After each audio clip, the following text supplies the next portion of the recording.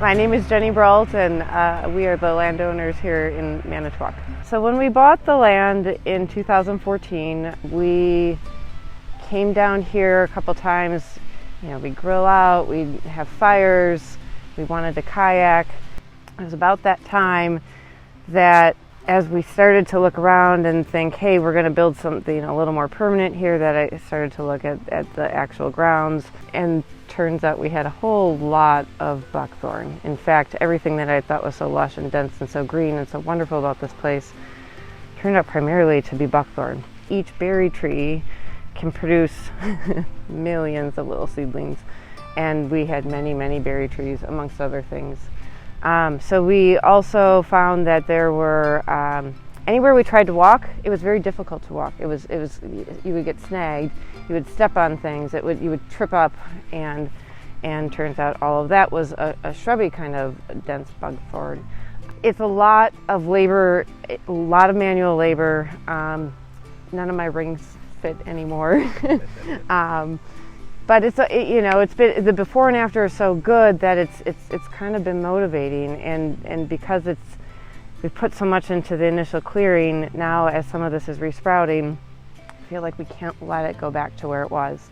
One of the techniques that we tried, as I was doing some of this manual labor and started to realize the scope of the problem and how much time it takes. Sometimes, it could be a 4x4 section might take, I don't know, depending on the nature of the buckthorn, 2 to 4 hours to clear. And just looking at this, we have acres of this stuff to figure out. So that's where kind of got just overwhelmed by the process, and that's where Christine and the goats come into play. So my name's Christine. I'm the owner of Kettle Moraine Grazing, LLC. I have been working in the land management industry for about 8 years, doing a lot of stewardship work. We've done a lot of work controlling invasive species. Invasive species are a big issue, and a lot of money is thrown into controlling them. They cause a lot of environmental damage and economic damage. Invasive buckthorn is a shrub that outcompetes a lot of our native species. So when these invasives take over, and as related to invasive buckthorn, forms this dense thicket, now we have our canopy trees that drop their seeds and don't have enough sunlight and space to germinate and regenerate. So 40 to 100 years from now, the big issue could be we go from having these really diverse woodlands with many different species that have the ability to regenerate on their own to dense monocultures of much less diverse species taking over our woodlands. And this could actually lead to our woodlands losing their ability to regenerate naturally. So land managers and landowners are doing a lot to try to control these invasives. It's time consuming and it costs a lot of money. And a lot of land managers turn to chemical herbicides to help with these treatments. We had been doing some reading online, and this was, nothing eats buckthorn, we thought, because the deer don't touch it here, but the goats do. And the goats also, when buckthorn reproduces, each berry has 4 seeds, and even if you chip it, as we found out, those berries happily resprout. So the only way to truly destroy the berries are through fire, or in the digestive system of a goat. It's been well understood that animals impact the environment in which they live for a long time, and prescribed grazing, and in this case, managed goat browsing, can be an effective way to intentionally cause some sort of impact on the environment. The process and how it works, early in the summer, if you can think about all of the buckthorn coming out of the winter, it had to use its root reserves to survive the winter, and now it wants to put its energy into producing leaves so it can photosynthesize and send energy back to its roots to store energy for the coming winter again. So by disrupting this process using goats, so we bring the goats in early in the summer, we confine them to an area invaded by brush or undesirable species, and we let them browse. So the goats will defoliate the shrubs, they'll eat some of the twig tips, and they'll also graze on other vegetation in the paddock. So this is really stressful for the plant. Once the paddock is nearly completely defoliated, we'll actually take the goats out and allow the area to rest.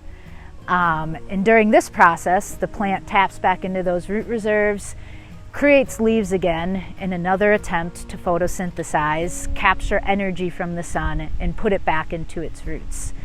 So once the plants produce new leaves, we actually bring the goats back a second time during the same season and allow the goats to browse and graze the area again.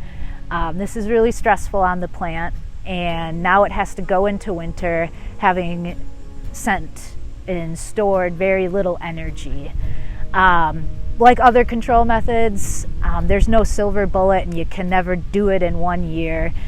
Using goats as a tool to control invasives is something you have to do for consecutive years before stressing the plants out enough to either kill them or weaken them enough that they're persisting at a very, very diminished level from when you began.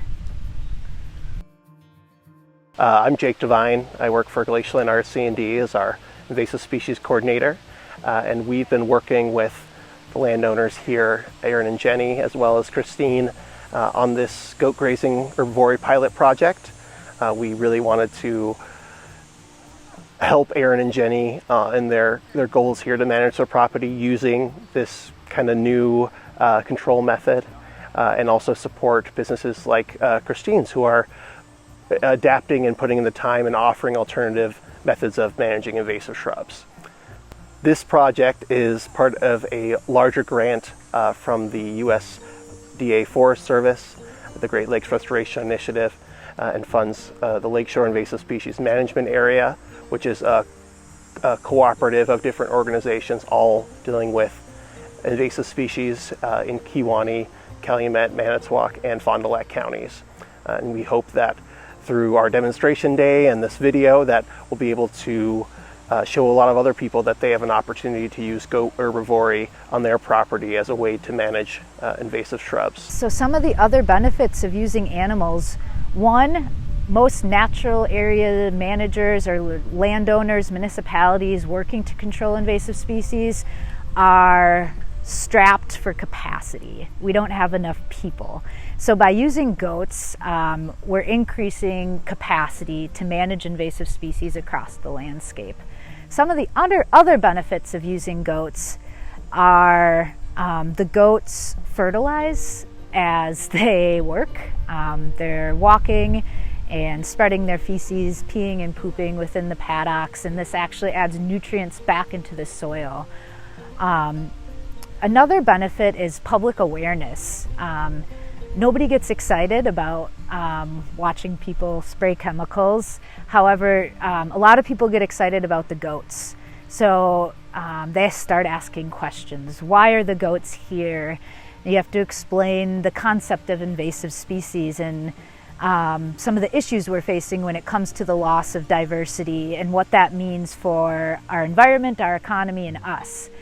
And people people just enjoy the goats, which is a huge benefit. I think that's the next phase. I've been so focused on clearing that I don't know that I have great vision. Some areas we would like to restore to native prairie. Some areas I would like to have some more natural garden type things where, you know, maybe a grove of lilacs, maybe a grove of sunflowers, maybe something like that. The goats have been lovely. I've been a human goat for the past 2.5 years, and I really appreciate the goats' help.